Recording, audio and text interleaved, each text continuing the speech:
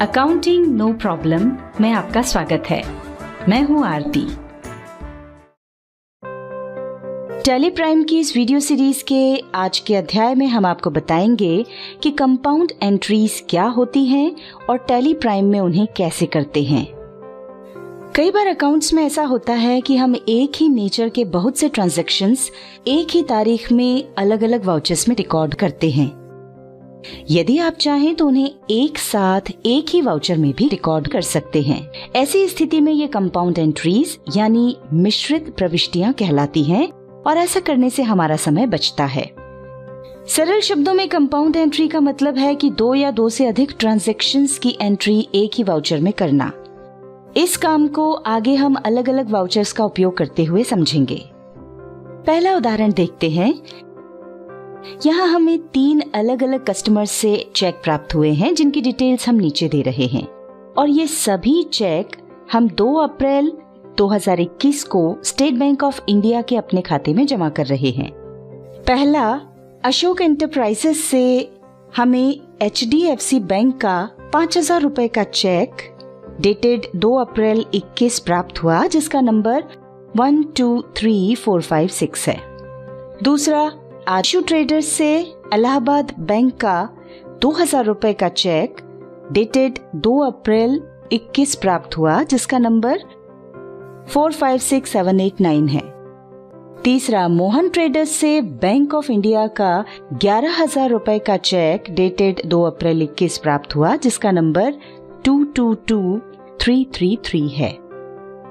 जैसा कि आप सभी जानते हैं ये तीनों एंट्रीज रिसीट वाउचर से संबंधित हैं। इन तीनों में हमें चेक देने वाली पार्टीज को क्रेडिट करना होगा और बैंक अकाउंट को डेबिट करना होगा।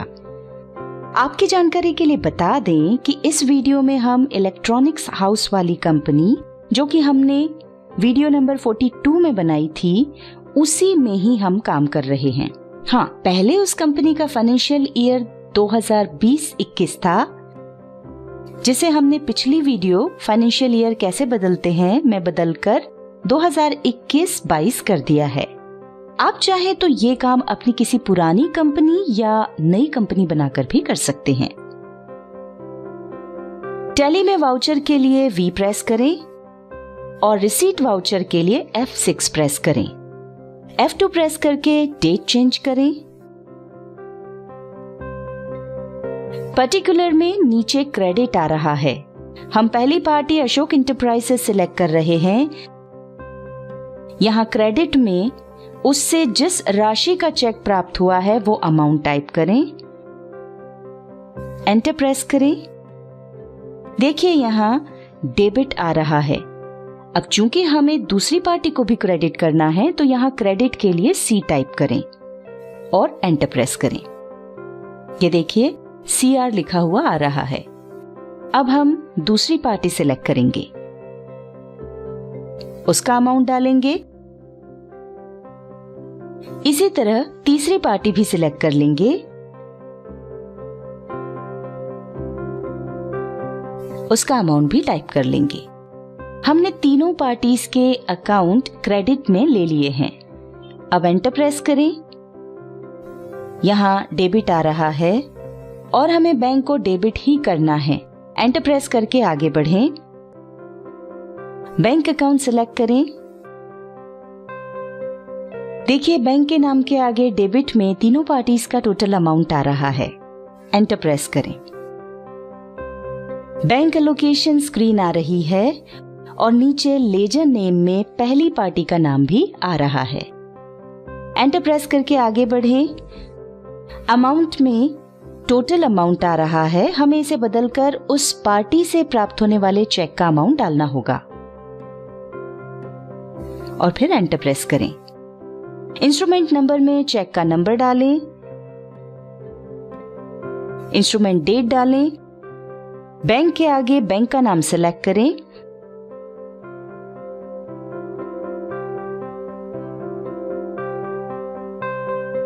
देखिए ऐसा करते ही हम अगली लाइन में आ गए हैं, पर इसमें नाम पहले वाली पार्टी का ही आ रहा है। इसे बदलने के लिए बैक स्पेस की प्रेस करें। लिस्ट ऑफ लेजर्स में से दूसरी पार्टी का नाम सेलेक्ट कर लें। अब चेक सिलेक्ट करते हुए आगे बढ़ें।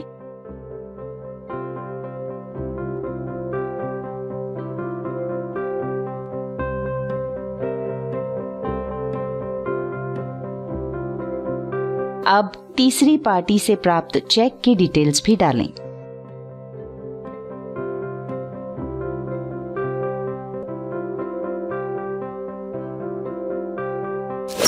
यहां नरेशन टाइप कर दें।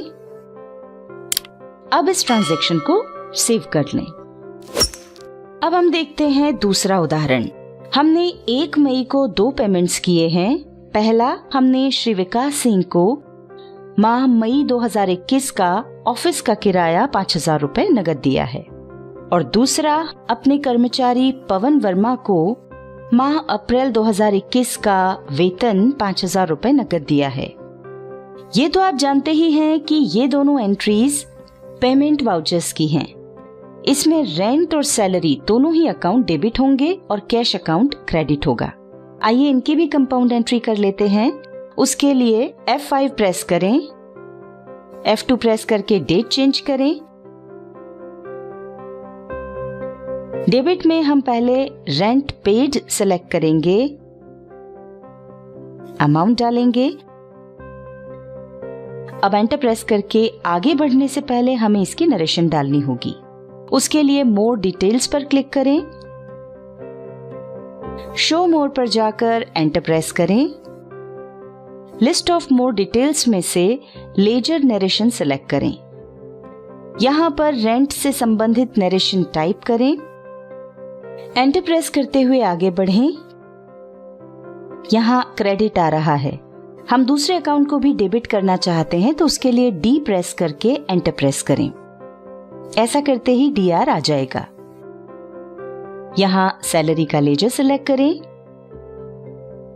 अमाउंट डालें और पहले बताए तरीके से नरेशन टाइप करें।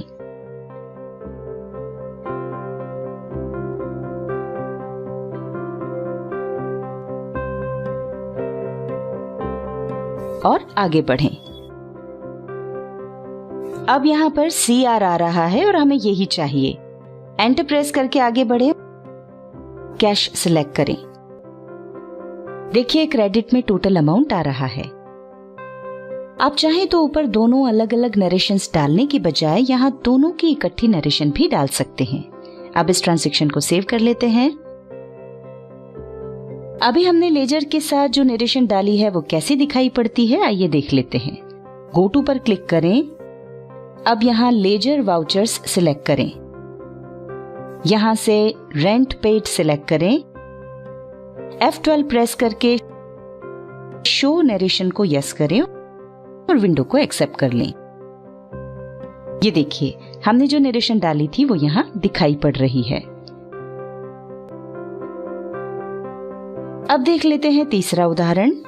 31 मई 2021 को व्यापार के स्वामी ने अपने व्यापार में 1 लाख रुपए नकद लगाए।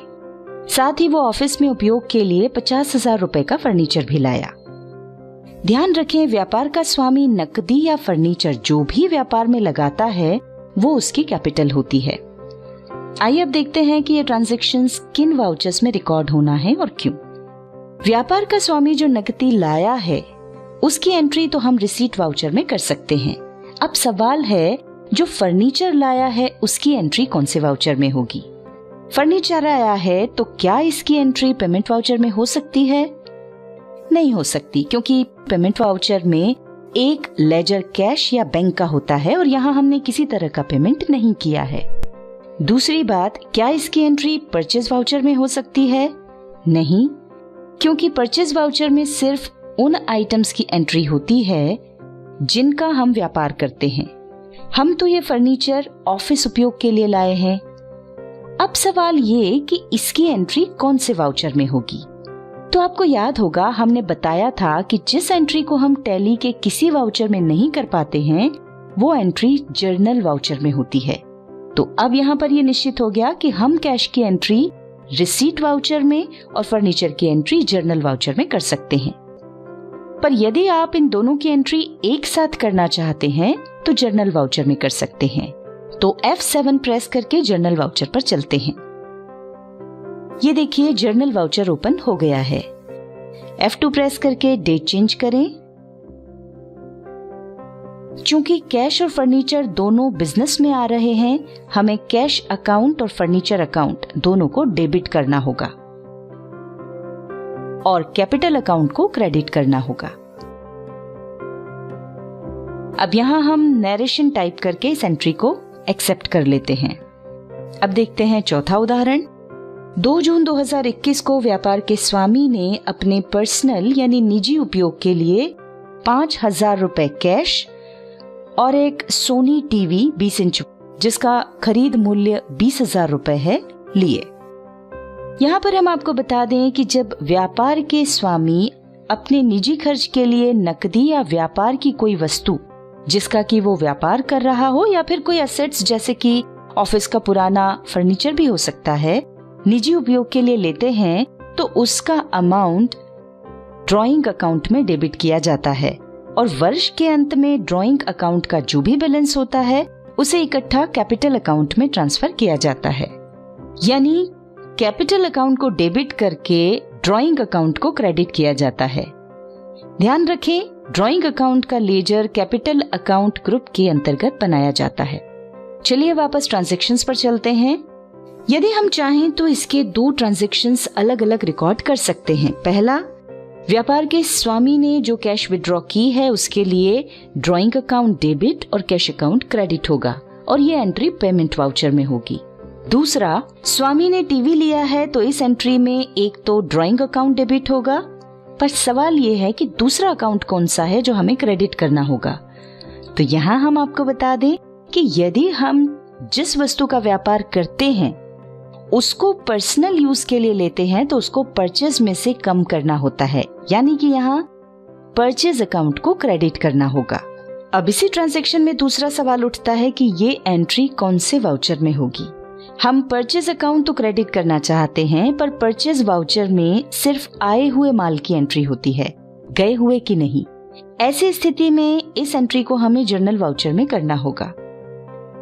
अब यदि आप ये दोनों एंट्रीज अलग अलग करने की बजाय एक साथ करना चाहते हैं तो जर्नल वाउचर में कर सकते हैं और वो एंट्री इस प्रकार होगी।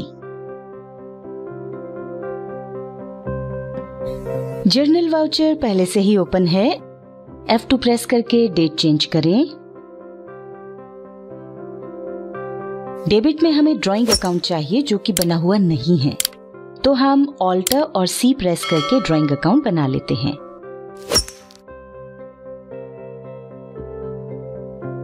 यह बनेगा कैपिटल अकाउंट ग्रुप के अंतर्गत।